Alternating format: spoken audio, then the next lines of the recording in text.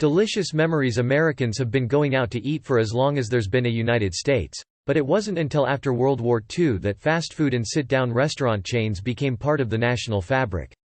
Jack Nicholson is one of the greatest actors to bless our screens. Over the decades, tastes have changed and not all of our favorite restaurants have been able to keep pace. Howard Johnson's, with its iconic 28 ice cream varieties? Gone. From Easy Rider to the Bucket List and the many gems in between, he has been a fan favorite for viewers and a model for actors. But Nicholson's also been absent for more than a decade. The smiling burger chef and his yummy Top Chef burger? Vanished. Last appearing in How Do You Know in 2010, the man with the iconic smile has been gone so long many have begun to wonder if he will ever return. What a sad fact it would be if we really never got to see Nicholson in a film again. These and other beloved chains may be gone from our roadsides, shopping malls, and suburbs, but they are definitely not forgotten. Sure, we might catch him courtside at a Los Angeles Lakers game or see him win an honorary award at an awards show, but many fans want to see him showcase his acting talents, if only one last time. But the question has never really been answered. A few favorites, such as Fuddruckers, have even made a comeback recently. Saved. Fuddruckers established its brand as a fast casual burger place that ground its own beef and baked its own buns. Whereas Jack? What made him step away from the limelight? Is it something to do with Nicholson's complex and tragic past? We'll try to answer these questions by looking at some of the reasons why Jack Nicholson disappeared from Hollywood. Does Jack Nicholson have memory loss? In 2013, 3 years after his last film, R-Online published the claim that Jack Nicholson had retired from acting. According to an alleged insider, there is a simple reason behind his decision: it's memory loss. But when parent company Luby's filed for bankruptcy in 2020, Fuddruckers was living on borrowed time and it looked like it would close for good. In mid-June of this year, though, the company agreed to sell the 92-store chain to Black Titan Enterprises, the largest Fuddruckers franchisee, for $18.5 million. Arthur Treacher's Fish and Chips. Arthur Treacher was a British actor who made a name in the US as talk show host Merv Griffin's sidekick in the mid to late 1960s. Treacher cashed in on his fame by lending his name to this Ohio-based fast food chain, which opened its first restaurant in Columbus in 1969. By the late 1970s, there were more than 800 locations nationwide. But success, like last week's Fish, didn't last. By the next decade, the chain was already shrinking. Quite frankly, at 76, Jack has memory issues and can no longer remember the lines being asked of him. A couple of weeks later, the publication doubled down and suggested that Nicholson's cocaine use could have sped up the memory loss process. Yet, those close to Nicholson said the reports were flat-out false, and he was actively reading scripts and. As of 2021, there were just 2 Arthur Treacher's locations, both in the Cleveland area, where they continue to have a small but dedicated clientele. But now comes word the brand will be back, as a ghost kitchen, a restaurant with no dining room that only exists for online pickup and delivery orders. The relaunch of actual bricks-and-mortar restaurants is promised, but there's no date being released yet. Looking forward to his next project, as per E! The actor also claimed he had a mathematician's brain in an interview with The Sun. According to QSR magazine, owner Nathan's famous, "Yes, the hot dog people," will feature the brand's beloved batter-fried food at the new restaurants, but there will be an upgrade in proteins. Says SVP James Walker, "We're adding more shrimp to the menu." Until then, some fishy favorites can be found on Nathan's menus, too. He also disputed the claims that his drug use had impacted his health. "The only person I've ever had to say, 'I have to go home now,' to is Jack Nicholson," he said. "Contrary to opinion, however sated I got, I always looked after myself. I'm in good shape, a little stout, but healthy.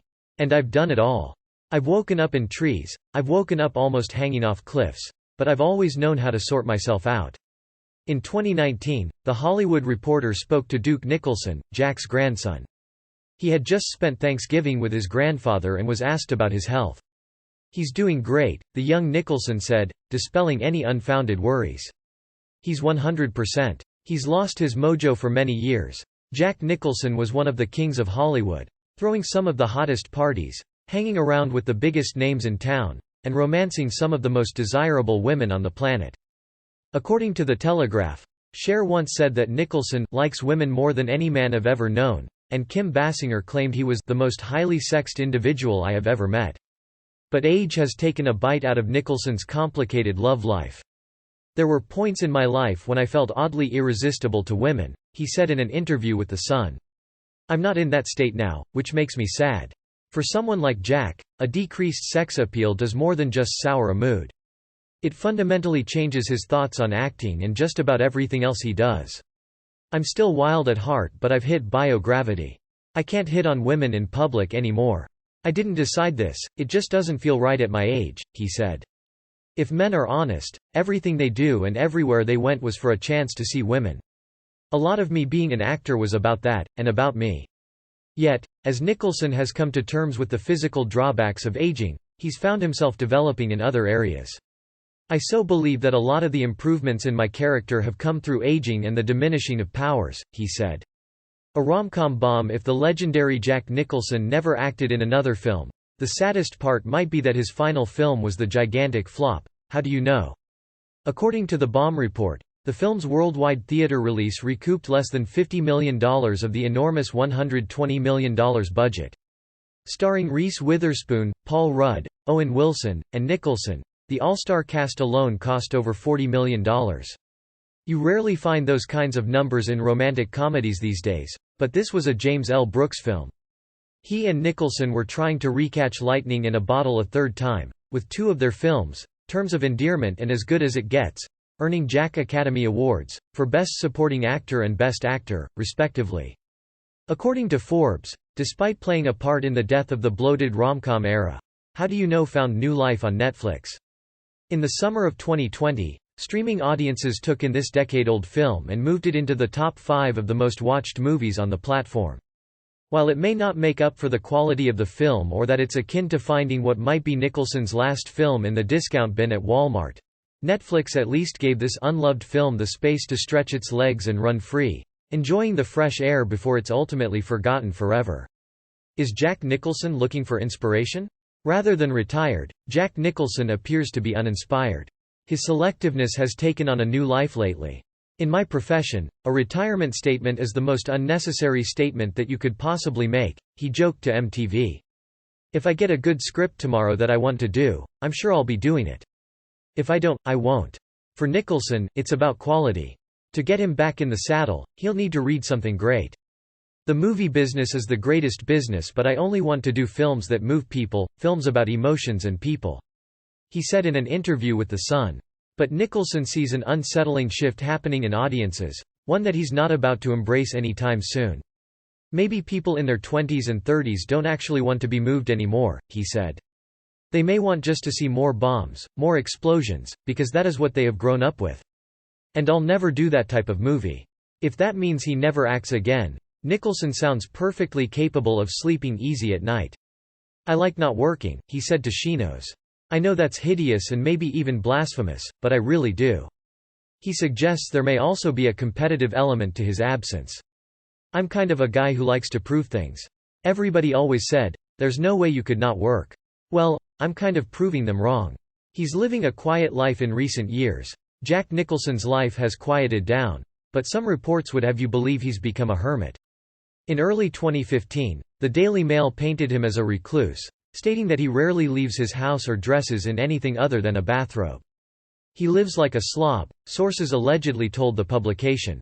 They describe a bizarre, chaotic and scruffy household that smacks of a down-at-heel retirement home rather than a bachelor love pad. Longtime friend, the late Harry Dean Stanton, described Nicholson's quiet lifestyle more appealingly. We're both pretty reclusive, he said. Jack's got a cook and a secretary. He paints. I saw some of it a few years ago, it's nice. He enjoys it. I would imagine it's relaxing for him. According to Nicholson himself, slowing down suits him beautifully. I'm not going to work until the day I die, that's not why I started this. I mean, I'm not driven, he said to The Sun. I was driven, but I'm not, I don't have to be out there anymore. In fact, there's part of me that never really liked being out there. I learned how to function within, out there. And the reclusive bit? That's just a natural progression. You get older, you change, he said. I mean, I'm not a loner, I'm not a recluse, but I don't need all that anymore. I don't enjoy it, simple as that. An exhausting method. Daniel Day-Lewis may employ the most well-known method acting approach, but Jack Nicholson is no slouch. There's probably no one who understands method acting better academically than I do. Or actually uses it more in his work, he once told Variety. But it's funny, nobody really sees that. It's perception versus reality, I suppose. Like Day-Lewis, Nicholson gets completely invested in his characters and his preparation. And like Day-Lewis, that process may have taken a toll on Nicholson. In 2017, Day-Lewis announced that he was retiring after he couldn't shake the phantom thread after completing it.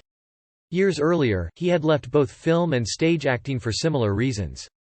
So you have to wonder how much Nicholson's preparation routines affect him.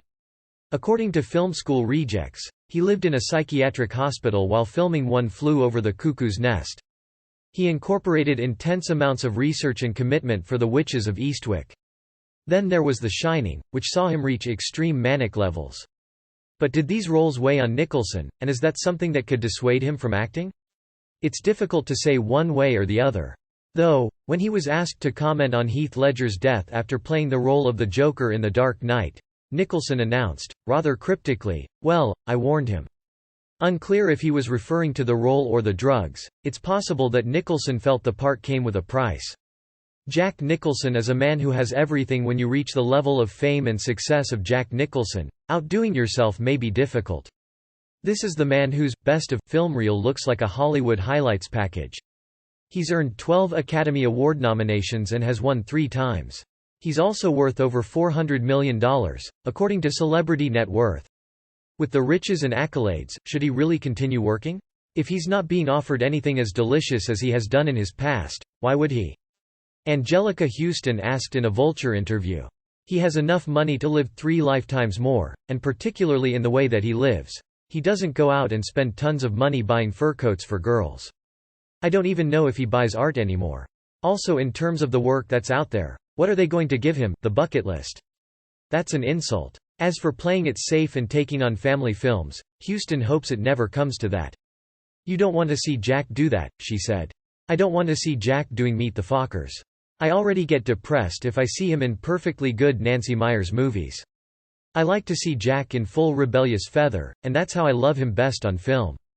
I loved him in terms of endearment, where he plays this incredibly romantic no-goodnik. He wants things done his way. In 2014, Robert Duvall and Robert Downey Jr. appeared in David Dobkin's film, The Judge. Pegged as a family courtroom drama, the film almost came out looking much different than the version that hit theaters, as well as the one that was originally planned. According to Dobkin, the film almost nabbed Jack Nicholson as its star. We had 2 meetings with him, he said in a Collider interview.